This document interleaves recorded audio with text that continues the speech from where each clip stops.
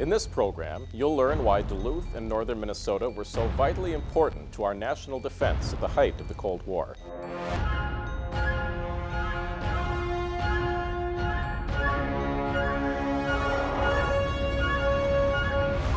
These are the Cold War secrets of northern Minnesota.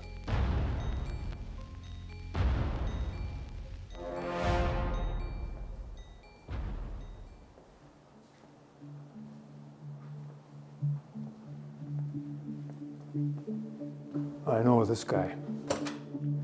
My name is Ray Klosowski, retired from the Air National Guard, spent 33 years with the Guard, 30 of them in the cockpit, and we're doing an overview of the Cold War years.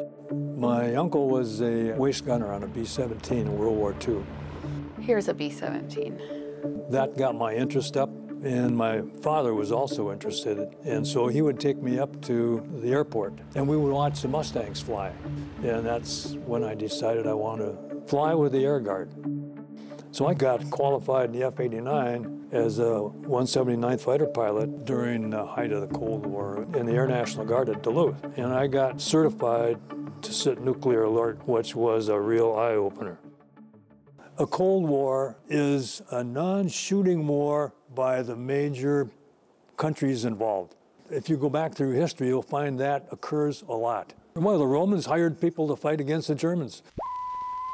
What is the Cold War? The Cold War was a conflict between the United States of America and the Soviet Union. It was an ideological struggle for global domination between American capitalism and Soviet communism. Now, open your workbooks for a pop quiz on when the Cold War began. The Cold War started, historians say, being a historian, in 1945 during World War II. President Roosevelt, Churchill, and Stalin got together at Yalta on the Black Sea to decide what they were going to do with Europe. My name is Aaron Brown. I teach and I write. So yeah, we have this idea that the Cold War started 1946, after they partitioned Germany and you saw the Soviets behaving antagonistically towards the Americans and vice versa. I would argue that the real Cold War, the reason those things happened, started in 1917. It started with the Russian Revolution. We've been at war with the Soviet Union since the end of the Russian Revolution back at the end of World War I. Yeah, my name is Jay Hagan. I'm the Veterans Memorial Hall Program Manager here with the St. Louis County Historical Society. Over my shoulder is the Veterans Memorial Hall, where we try to keep a record of all veterans of northeastern Minnesota. The whole museum is set up chronologic for Minnesotans involved in all the conflicts. But because the Cold War straddled several conflicts, question is, where do you start it?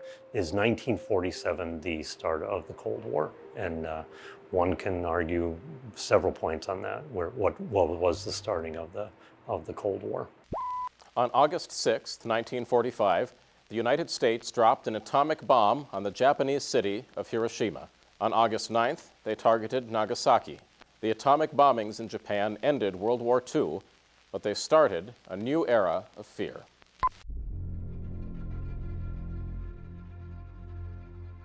My name is Ron Hein. I was born and raised in northern Minnesota, and then I joined the Army National Guard. The Cold War, to me, was the fear that we would explode, the world would explode again into a world war. September of 1949, the Soviets exploded their first nuclear bomb, totally unexpected by the U.S. military or the U.S. intelligence agencies. The children of the Cold War thought a lot about nuclear annihilation. I don't remember a day in school that we weren't saying the Pledge of Allegiance, and then the next thought was, okay, where would I duck and cover? He knew just what to do. He ducked and covered. My name is Brianna and I'm the curator at the Richard Vong Veterans Historical Center. It was a real fear even as a child. I would be trying to go to sleep and I'd see a plane go over and I'd think, what if that plane had a bomb in it and they dropped it right now? But I also remember hearing about the duck and cover and having kids hide under the desk and then people just scoffing at that and saying, how ridiculous was that concept that would protect them. Remember what to do, friends. The group I'm teaching now has no direct memory of 9/11. You have to go back another 10 plus years to get to the Cold War. I'd say today's generation's a little more conscious of AI and climate change and the possibility that we'll blow ourselves up for some other reason. So the Cold War joins with World War II, World War I, the Civil War, etc. It's just part of our history. It's not direct for today's younger people. Even today, many Minnesotans remain unaware of how integral northern Minnesota was to the Cold War. Our involvement began slowly and inauspiciously, as 50 Air National Guardsmen were activated to serve, first at the Duluth Armory, then at Duluth's sleepy little airport. Meanwhile, the Soviet threat grew.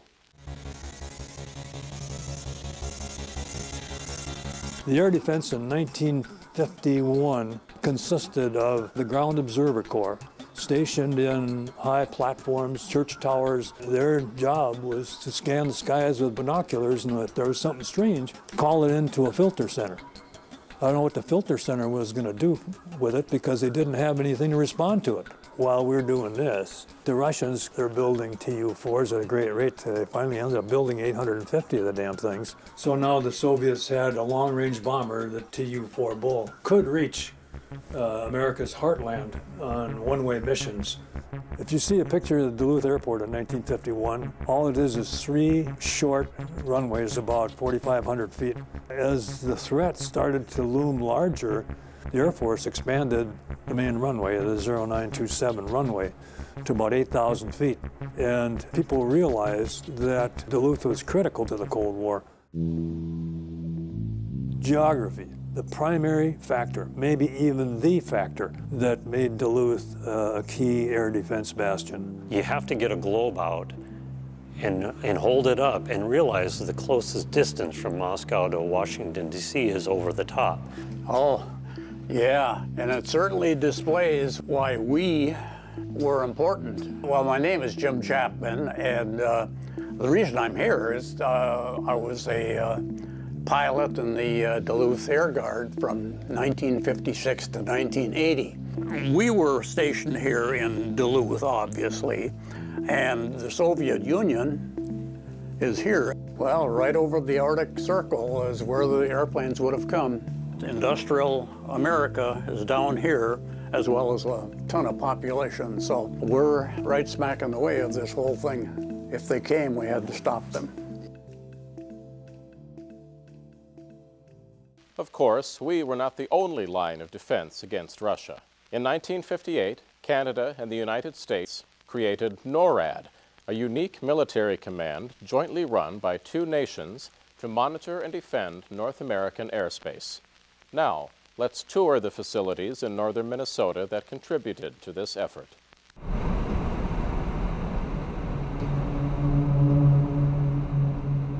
You are on the Air National Guard base in Duluth, Minnesota, and this is operations. It used to be known as the 179th Fighter Interceptor Squadron, now the 148th Fighter Wing. In my time, the Army Guard and the Air Guard were considered reserve, called up in time of war. But during the Cold War, the Air Force could not fulfill all the fighter cockpits for air defense.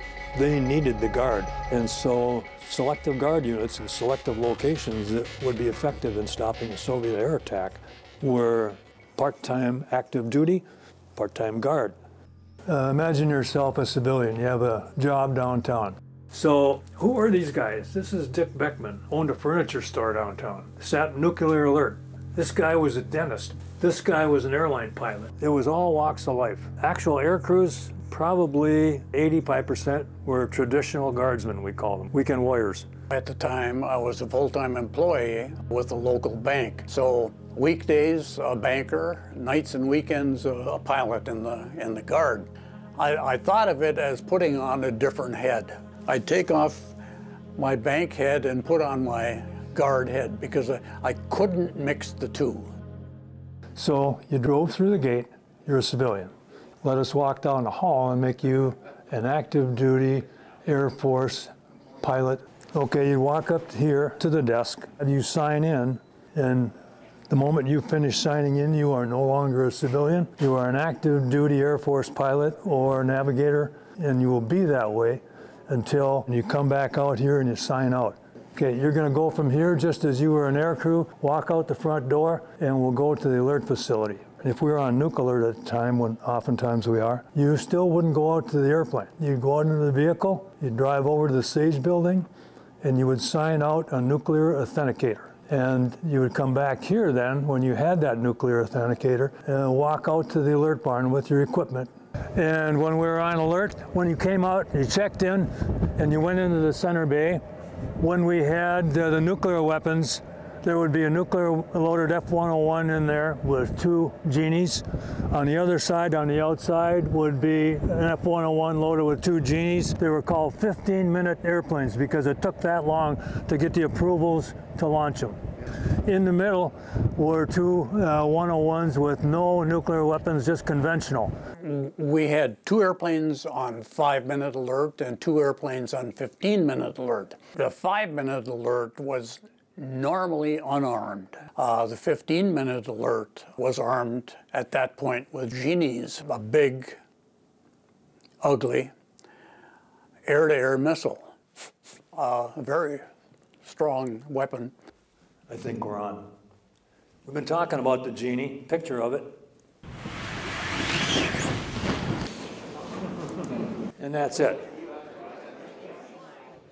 9 feet long, 850 pounds, 1 on each wing, the best bomber-killing weapon that the Air Force had. It could not be jammed, it could not be decoyed. No matter what the bomber did, this was going to get it. Part of the pre-flight included checking it for nicks, scratches. I can remember going out to the alert barn with our safety officer. Now, I haven't been in the cockpit, I've flown it, but there was a different feeling about walking into this thing and coming up to that airplane with that Air 2A, 1.7 kilotons of nuclear weapon, 1 under each wing, that I was about to control. We did the pre-flight, so we walk around the airplane, you run in your hands over a nuclear weapon, checking that the safety pin is in, making sure that the fins were tied down and wouldn't be flopping in flight. That was a real moment in time. You know, I've been Joe fighter pilot, but now all of a sudden, I'm more than that. I'm signed for this airplane, this nuclear weapon on board, 2 of them. Certainly real world stuff, yeah. This is a first ever test of the Air 2A nuclear genie conducted by the Air Force. And this mushroom cloud comes out, kind of like the genie coming out of the bottle. These guys see the launch, they experience this bright light, and then they decide to look up. No hats, no cover. Soon they are surprised by the shock wave. And if you could hear the audio, it would be saying, hey, it worked, it worked, it worked. None of these guys lived to see retirement.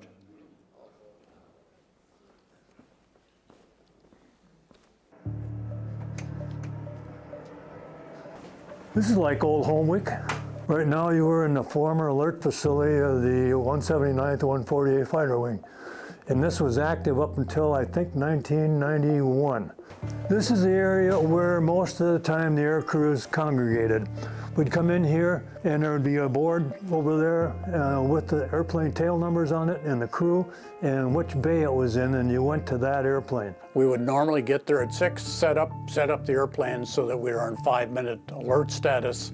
We could get the airplane started and get on the runway in 5 minutes. These doors were not locked because if the horn went off, you had to get out of here in a hurry. The outside bays where the nuclear weapons were, you would go in there and you would have to have a key. It'd have to be 2 people to go in. You could not go in there by yourself. Doors were locked, so your crew chief had to open them up and you could open them up. 2 keys, 2-man control. We'd go upstairs, have dinner, maybe study a little bit, maybe watch a little TV. This is where the air crews most of the time spent. There used to be windows in here. The big TV set was here. Recliners that you could watch a TV set in. And in this area was a pool / ping pong table. They built these little rooms so you could shut the door and you could get some sleep in case somebody was out watching TV or something like that. And that's where you lived. And in the back was a bathroom, and that's where you spent your time. Here, down there, but not out of the barn. Occasionally we'd get scrambled, somebody would wander into the airspace and they wouldn't know who it was, so we'd go take a look and see who it was. That is a scramble horn. And when that thing went off, it was not quiet like this. There was activity like you wouldn't believe. We stayed within running distance of the aircraft. And I think there's still handrails there. We'd slide down the handrails. And then out to the airplane. Again, job of the 5-minute alert was to ID because there would be people who would wander into the airspace. Job of the 15-minute alert was to shoot them down if that's what was required. You as alert pilot, when you came up here, would have the same requirements as an active duty guy. You would have to be go through the human reliability program, you had to have a medical examination, and you had to pass the safety rules test on safety issues for the Air 2A. And during all that time, the whole time we had the nuclear weapons in the Air Force did, 0 accidents, 0 issues.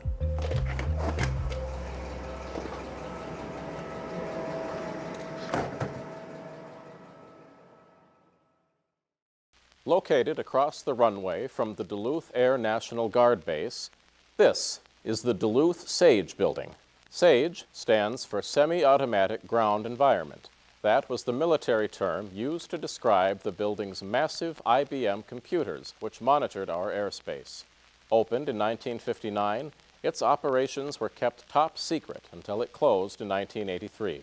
Today, it is the home of UMD's Natural Resources Research Institute, where they still remember the building's Cold War history every day.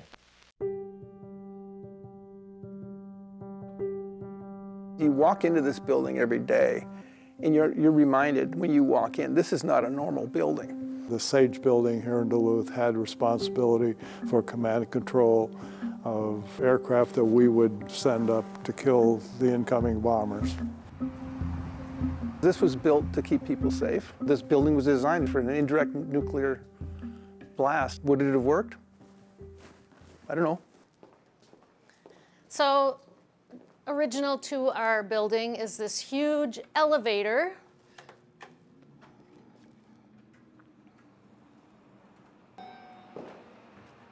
Well, this is where I like to talk about our building and the unique past back in the day.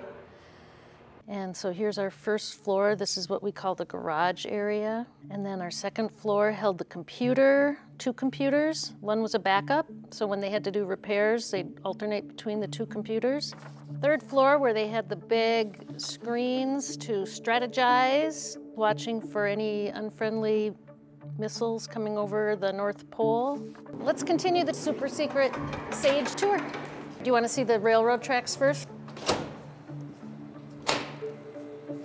So this is the space, we call it the garage. This was the area that, for the SAGE building, they had these locomotive generators. This place was designed to be off-grid. Self-contained and self-energized. You're going to see 4 sets of train tracks. So here's 1 set, 2 set. And that's where they essentially rolled in 3 set. these essentially locomotives. And the 4th one. Instead of driving a train, they just power the building. There'd be 2 in service and 2 out of service, and they just plug them in and out. That's all that's left of them now. Let's continue the tour. All right, so this is the 2nd floor. During the SAGE building times, this would have held a computer and a backup computer. You'd walk through these computers. And this is the unique ceiling structure. You'll see basically anti-pancake design, where you have a floor and then a trampoline of concrete underneath it. This was designed for some pretty, let's just say, high concussion. This big viewing area would have been right there. This was all opened up, like the rest of that space is, all opened up, and then there's a balcony going around so that the screen was over on this side. So I'm gonna take you to the super secret staircase. In the bowels of the building, This staircase goes down to Rolf's office. It was a way to escape if there was an emergency. Come and look. That has been boarded up down in his office. You can't see it. This is the only access, and it's just here. It's just a staircase to nowhere. I'm going to take you back here. It's our North American Air Defense Command seal. These are some of the last remaining vestiges of the Sage building. And this building's been remodeled and remodeled, but I have another cool thing to show you. And here's what everyone loves. Talk about your Cold War icon. This means you have to be very careful with the conversations. This was a top secret building. No one could talk about it to their family, their friends. People who lived down the road and drove by it every day didn't know what was going on in here. No one really understood, outside of the military, knew what kind of a threat that we were preparing for. At the height of the Cold War, thousands worked at the Duluth Air Force Base, with 100 more at the Sage building. Meanwhile, across town, the Duluth Armory quietly played its role. Here in Duluth, people knew about the Air Force. I don't believe there was much understanding of the role the Army National Guard was playing in the Cold War. Yeah, this is the original armory in Duluth. The basic purpose of an armory, of course, is to house a military unit. The armory here in Duluth is one of the largest drill floors that I've ever seen in any armory that I've ever been in. We would have between 700 and 800 people. I still, wow, when I walk across it, how big it is. I was a cannoneer. They called it a gun bunny. But when I became a staff officer, then I was assigned here in Duluth. My desk was actually right over here. As long as I can remember, this hung in this office, right above here. The room that we're in right now is the room that we refer to as the war room. During the Cold War, when the anti-aircraft artillery battalions were here. Along this wall would have been this huge plexiglass screen with all the symbols on it portraying the current tactical situation. Because of the Air Force presence, it was not felt necessary to have anti-aircraft artillery in fixed positions, manned 24 hours a day. So the guns here in Duluth were kept in the armory, but within hours they could be set up and be made ready to fire. Sweep up waste paper, shells after firing, put paper in can. That is a piece of history.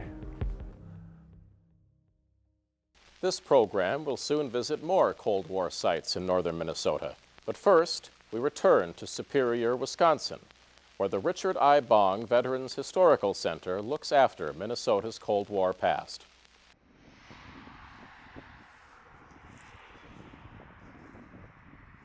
We are in the storage room of the Vong Veterans Center. This is where we store all the items that are not on exhibit. So we don't ever have everything out on the floor at one time. We rotate things in and out.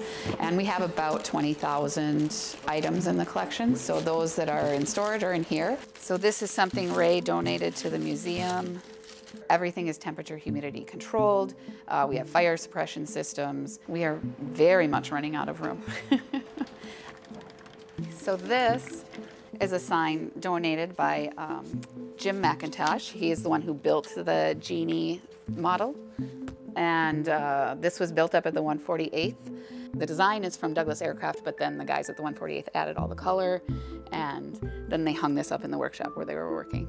It was a way to interject a little bit of fun and levity to a scary thing that they were doing. Let me look at it. It's a genie. Is that supposed to be the 3 wishes? First wish, of course, is no nuclear war. And then after that, who knows? Nothing tragic, empty boxes. So this is a Cold War practice bomb that washed up on the shore of Lake Superior. The reason it's red is because it's a practice bomb. I did have Ray Klosowski come in and tell me all about this. So, and there was still sand in there. Any sort of ordnance or armament materials that come in the door, I have checked out immediately to make sure that they're not dangerous. Something like that that would be important to history, yes, I would want it in a safer place. When I bring people down here for tours, one of the things I always ask them is if they can tell me what this is, and nobody has ever guessed correctly. So this washed up on the shore of Lake Superior 30 years ago, and somebody found it and they didn't know what it is either. They hung it up in their garage, and then about 5 years ago it got brought into here. And so I worked with a guy up at the 148th, he did most of the work, to figure out that it was part of the fuel injection system of a Nike Apache missile. It was used by NASA, so they were sending these Apache missiles up into space to do weather testing. And then once they got all the data, then it would fall back into the Earth's environment and fall apart and all the pieces fall into the lake. That's the secret of the lake, is how much stuff is still in there. I mean, there's so many stories in this museum right now about the Cold War in Duluth and Minnesota as well. Right there, this one's a radar missile. And this is one that we would carry with the F-4 when we were on alert here at Duluth. We wander on this way, I guess. This, what you see here is the G-suit. The G-suit will keep you awake through about six Gs. You got bladders here, bladders around your stomach to make sure that you keep your blood up here. In the early days, we didn't need G-suits because we didn't do any of the air combat dogfighting. With that airplane, we had to. In those G-suit pockets, you carry a checklist, and you can see some of the stuff that we carried. Earplugs, there's my security badge, and that E6B is a flight planning computer. This is the canopy off the F-16. This one was on takeoff roll, and it sucked up some birds, and the airplane went into a swamp up the road just a little bit. Yep, very hard. They ran some tests on it because there was a rumor out that a buzzard would break it. What they do is they get the thing really cold, then they shoot frozen ducks at it. They have chicken guns, we call them, I guess. Yeah, you can break it. You know, if you get a strong enough frozen duck, it will penetrate. For me, it's important to have this museum because we're preserving stories, and we're preserving the experiences of local men and women, and we're telling the everyday story. We're not telling the story of the people that make it into the history books. We're telling the stories of those who didn't, but still played a crucial role in what happened. Our tour of Cold War sites continues to the north. This is the Bowar missile site in French River, Minnesota. It was called a remote site, but it was vitally important to the Cold War.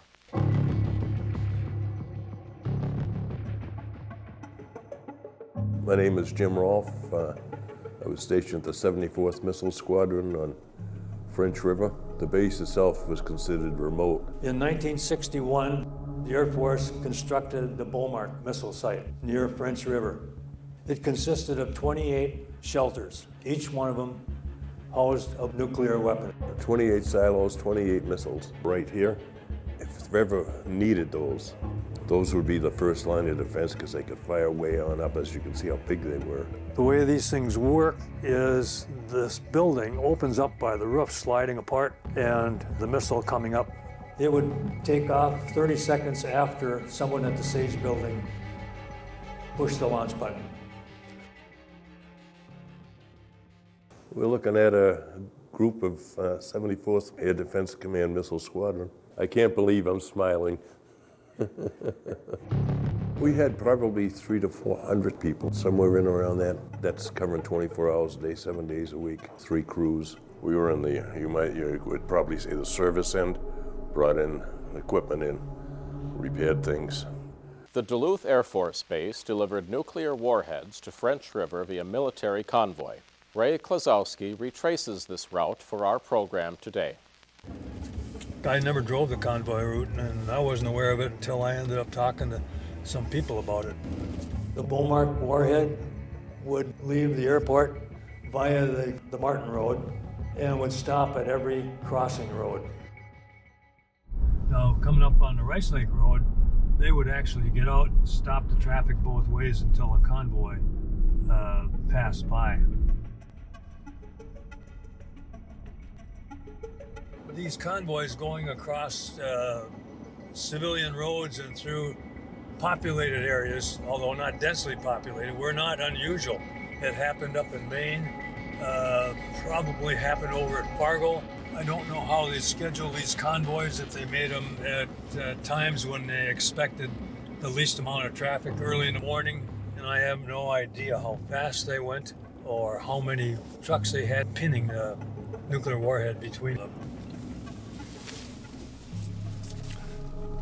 And now you're entering the Bowar. This is probably all the further we'll go. Though the missiles were removed in 1972, the Bowar missile site, now privately owned, remains. We now join Ron Hein from the St. Louis County Historical Society as he retrieves a piece of its history, a 1/8 scale model of a nuclear missile, not an actual missile. Okay, we are on the way to Ely, Minnesota to pick up a scale model of a Bowar missile of the type that was housed at the Bowar missile site near French River. This is the top secret mission. Yes, and we don't have any armed guards or anything like that. Well, it's a mini convoy, But it is top secret, so nobody's going to know about it except us.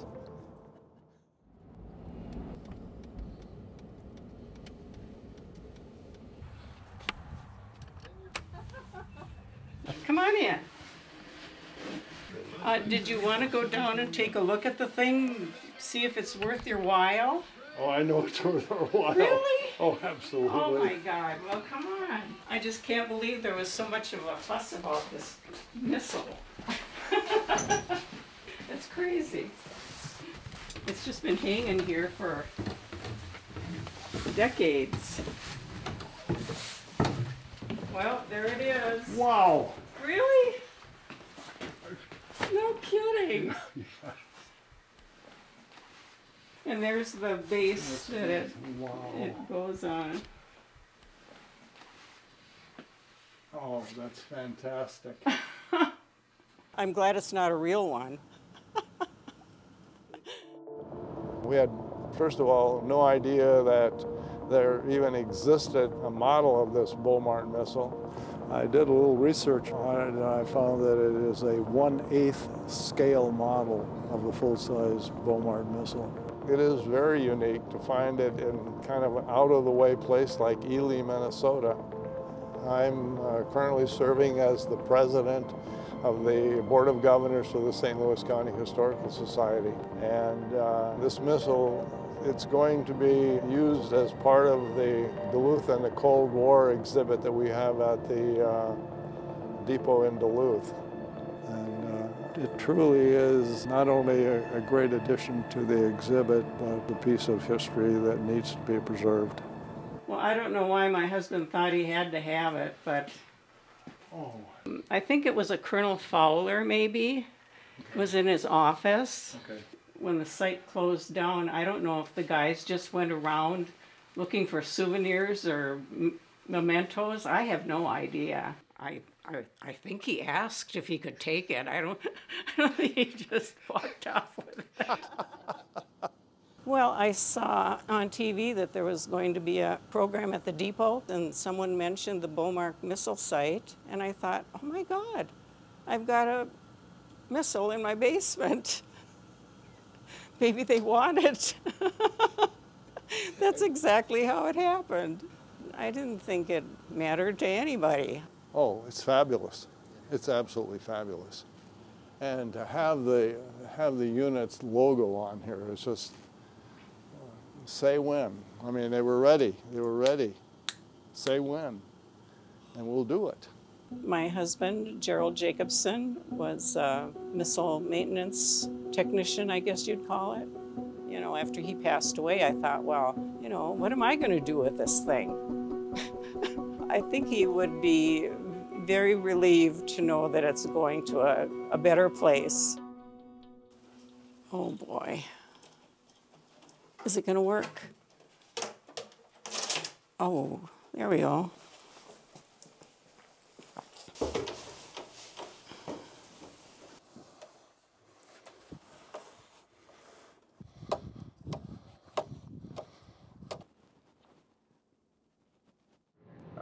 We've just finished picking it up. It's in great shape. Well, as we parted company today, she ended the conversation by saying, "Enjoy your missile." Unusual. Yeah.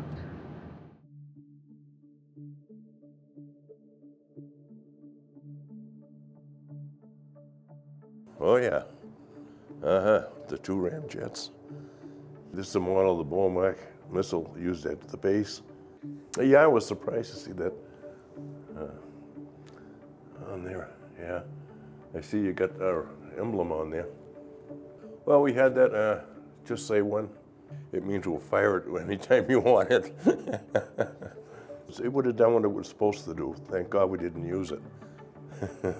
Because it would be the end of what we know as civilized. The Bowar missile site was designed for offense. Minnesota also featured defensive installations like the Finland Air Force Station, where radomes, or radar domes, monitored the skies for enemy aircraft. Unfortunately, nothing remains of the Finland Station, other than some abandoned housing.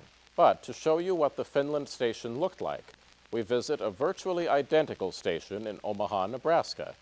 It's not the actual site, but it's the closest to the real thing we could find. Well, my name is Marv Crawford. I was stationed in Finland, Minnesota for 3 years, I guess. And I met my wife there in Silver Bay, and Finland base is gone. So anyway, this is the Omaha Air Force Station. Omaha is basically the same as Finland, and it's the way it's laid out in the buildings. I think they were all built from the same set of prints. This was the original radar, search radar. They were searching the skies 24 hours a day, looking for the bad guys, looking for Igor coming over the North Pole to bomb us. So we had all these radar sites looking for these planes coming, and we had interceptor planes sitting on the ground in Duluth and Michigan and all over. I was a radar maintenance technician. So I worked in the search tower, the 27 FPS 27 search tower. Well, this is a piece of the site. Every time we went up there, I'd pick up stuff because everything was disappearing, rusting, you know, and this is time to me, time in a bottle. This is a piece of the 27 tower where I worked, and I don't know if it was a wall or part of the floor, but after they tore everything apart up there, there were all these chunks laying around, and my wife is a keeper, and she collects stuff, and she got a bunch of these and gave them to all the guys that were stationed up there that we knew. So, well, let's go look at some more buildings. Again, we are in Omaha, but everything Marv is telling you was in Finland. Please, put Nebraska out of your mind. You know, this was a little city. They had a commissary, which is like a grocery store in civilian life. Yeah, these are barracks. In Finland, there were 4 of these. This was the NCL Club. See, there was a guy at Finland named George Thompson, and he had responsibility for all the physical facilities. And somehow he got this extra lumber for something, and they used that to build a curling club. So it wasn't a legal curling club. Well, the club wasn't illegal. The building that they curled in was what was illegal. I was in there. I broke my leg in there. I was going to be this great curler. I spun around and fell straight down on my leg. That was the end of my curling. Curling rink. Yeah, there's the curling rink. That's where it was. The curling club, bye-bye. I didn't like the weather. I never liked snow. After I met Sandy and found, you know, relationship, I thought it was pretty good. A lot of the guys that were stationed up there said that was the best assignment they ever had. And it was a good place.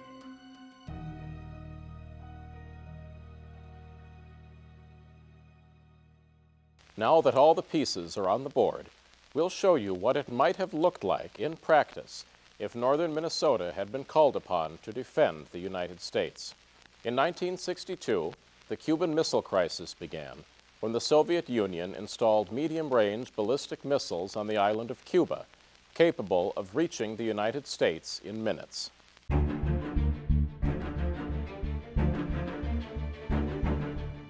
The Cold War basically was flare-ups from 1948 pretty much onward. There were flare-ups. The Korean War was one of those first flare-ups of the Cold War. You know, the Soviets took the North Korean side and we took the South Korean side.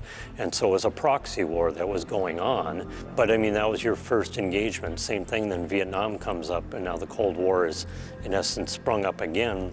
The North Vietnam is supported by Russia and the South Vietnam is supported by the United States. I mean, we went in both of those locations to stop communists, stop the spread of communism. Another one of the flare-ups of the Cold War was the Cuban Missile Crisis in October of '62. They were U-2 aircraft that had gone over Cuba and taken photographs of missile installations that were being put up. Kennedy blockaded the island of Cuba to make sure that no missiles would actually get there. But during that period, we had gone to DEFCON 3, which was 2 steps away from World War III. In my 24 years of flying, I've had, a few interesting times. But the one that really stands out in my mind happened 60 years ago. It was at the very height of the Cuban Missile Crisis. I came to the base on time and was briefed that the 5-minute alert aircraft had genies loaded. The 5-minute alert was normally unarmed. Now that was very unusual. It never had happened before. So I knew that this was getting pretty tense. Well, long story short, I set up the aircraft, had a normal evening of talking, and then at the deep dark of night, the scramble horn went off. Well, my first thought was, we're at war, because that's the only time we would fly with these genies on board. We're at war. My second thought was for my family. I was very concerned about that. We lived about a mile from the base, and if the base was hit, my family would have been hit.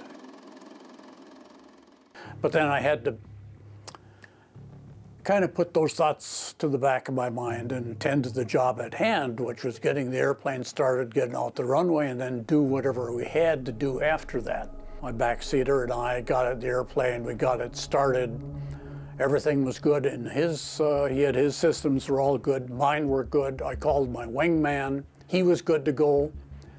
So I called the tower for taxi takeoff clearance. Instead of clearance, they referred me to my military controller, who I then contacted, and he said to stand down, shut off the engines, it was a mistake, and resume our 5-minute alert status. Well, tremendous relief. I'm 90 years old, I was flying for 24 years, and that incident stands out as the most intense 5 minutes that I've ever spent. It was really something. Sitting here now, it seems, big deal, but boy, it was a big deal then. Apparently what had happened is that there was a black bear on the fence here at the airbase, and it triggered an intruder alert. Unfortunately, there was some wiring issue, and instead of firing off an intruder alert, it triggered a scramble alert. Those were your 2 possible alerts. So some black bear in Duluth nearly caused World War III. The bear seems awfully convenient. It wouldn't take much to have these alerts sounded, really. Somebody touches the wrong button or whatever. Could very well have been the bear, but I have some doubts.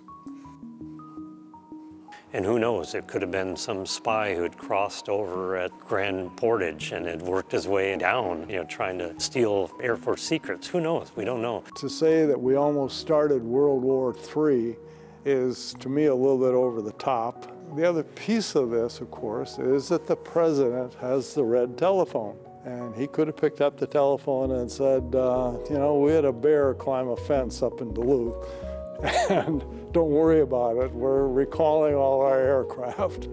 And, please don't get too excited about this and push a button or anything.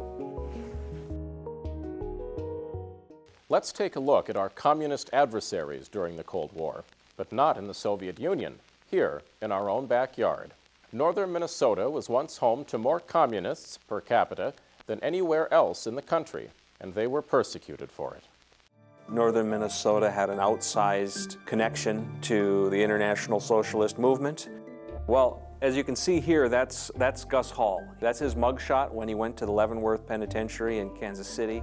When the United States needed a boogeyman to talk about communism infiltrating our society, this was the mugshot that they would show people. Well, this is where Gus Hall came from, Cherry, Minnesota. He was born here in a cabin in 1910. I did interview Gus Hall near the end of his life. He told me that, he worked in the logging camps as a teenager. His father was a very active socialist. He wasn't initially of his father's politics, but by the time he got back from working in the logging camps, he was radicalized by the working conditions in the camps. He became a leader in the American Communist Party, and of course, most notably, he was a 4-time presidential candidate on the Communist Party ticket during the peak of the Cold War. Very fascinating guy from right here in northern Minnesota. The Iron Range is a string of densely populated little towns in a very rural area where they had discovered the richest iron ore in the whole world. And so people from 41 countries came to work in the mines. Immigrant workers, far from home, trying to survive, very dangerous working conditions, very low pay. Of course, they became conscious of their condition. I mean, it was shorthand down at the Capitol for years to talk about the range as though it were a socialist haven. I don't think that was really true, but that's why there was such a pocket of socialist thought, because these workers were really radicalized by their conditions, the conditions they faced, which were unique to this place.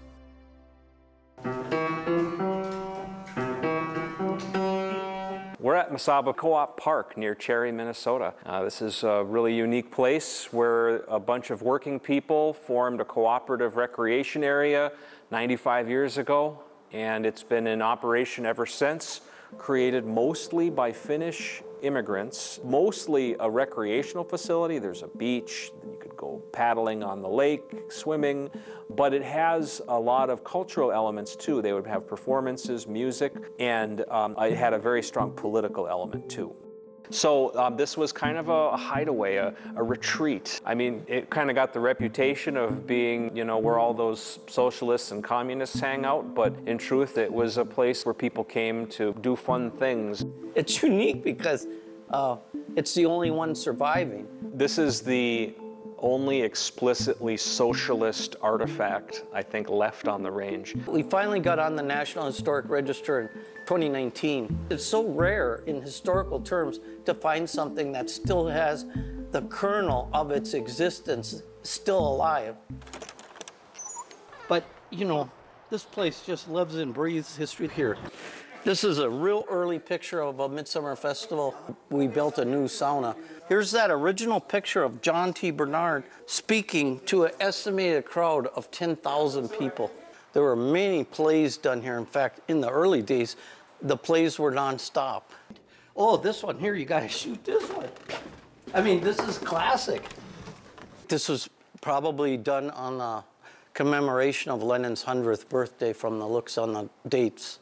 And this was probably a prop for a stage play. And you can see is in this pocket, Pravda, which in Russian means truth. To this day, it still is run pretty much like the bylaws said. You become a member. You have to be sponsored by another member. You have to come to a work bee. Work bees are a kind of a traditional way of doing work, gathering people together. And if you come to a work bee, that means that you're on your way to becoming a member. We love workers. Gus Hall's father, Matt Hallberg, was one of the key organizers of this space. The dad probably just ordered the boys to get over to Mesaba Park and pound some nails. Some of these rafters might have been put in place by Gus Hall, we don't know. This is a picture of Gus Hall. Someone decided to take them down for, I don't know, for cleaning or what. In case you didn't know, it's Cherry Township's most famous citizen. In the old days, it certainly got the, the stereotypical thing of, oh, that's those commies. It's somewhat painful because it was meant to be painful and hurtful, primarily in the 50s during the height of the McCarthy period. Leaders of the Communist Party were being arrested and jailed. The persecution was very intense. There's a bar, you went by it, it's called the Thirsty Moose now. It was called Buddy's for many years prior to that. And sitting in the window seat of the bar, there was an FBI agent just taking down license plates of everybody who turned down the road.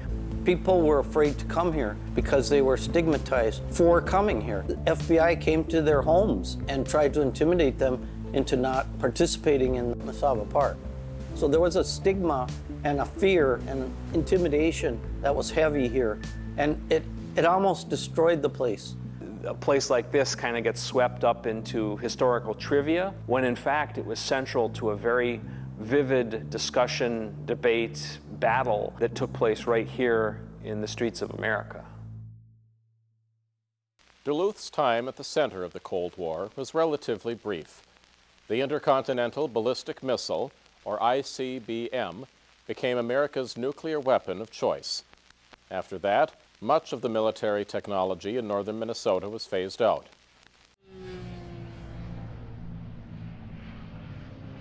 This is a photograph of the last Bowar leaving the Bowar site in August of 1972. And our focus now was the development of intercontinental ballistic missiles. And in 1976, the Guard came off alert. Along with that, the Finland radar station, followed by the entire Air Force Base. So what was the outcome of the Cold War? The Soviets were defeated, okay? Why were they defeated? They were defeated because we were willing to fight the proxy wars, and we were willing to spend the money for new weapon systems that bankrupt the Soviet Union. When you talk about the end of the Cold War, it ended in Berlin. Pretty much known that it ended in 1989 with the fall of the Berlin Wall. With the fall of East Germany in 1989 and the end of communism in Russia in 1991, there were signs of a thaw in the Cold War. Well, the Cold War that I grew up in caught the tail end of. I like to tell the story. I was watching Saturday morning cartoons in 1988 or so, and there was an episode of Alvin and the Chipmunks. They're going to give a concert in West Berlin, but they cross the wall to help a kid, and they get caught by the East Germans. Then they give this big concert where they sing about the wall falling down, and the wall in the cartoon actually fell down. And I'm watching this, and I thought, wow, interesting. And then, like 3 or 4 months later, the wall did fall down. And so as a kid, I'm like, the Chipmunks did it. They ended the Cold War. When the Berlin Wall fell in 1989, many considered the Cold War over. But was it really? The Cold War was technically won circa 1990, but I don't think it ever really stopped. It feels like we're back in the Cold War situation right now. I think the same factors are at work today as they were then.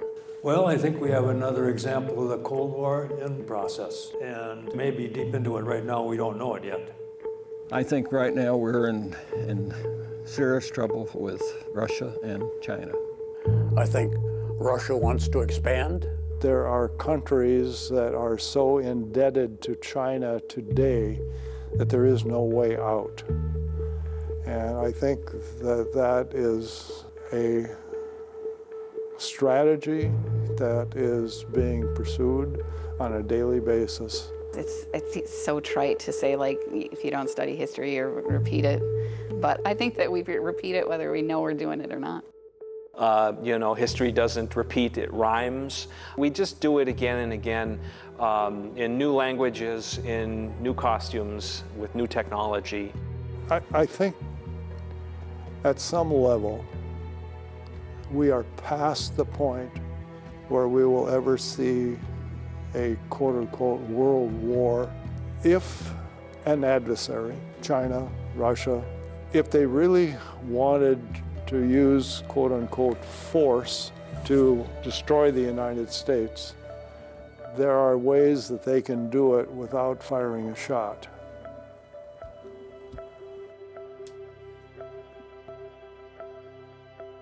Yeah, that's what keeps me up at night.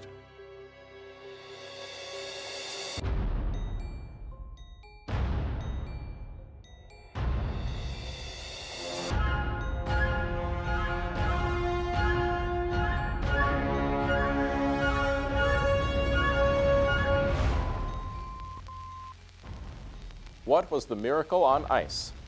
The Miracle on Ice was a hockey game during the 1980 Winter Olympics in which an underdog American team, coached by a Minnesotan with a dozen Minnesota players, defeated the Soviets' powerhouse team.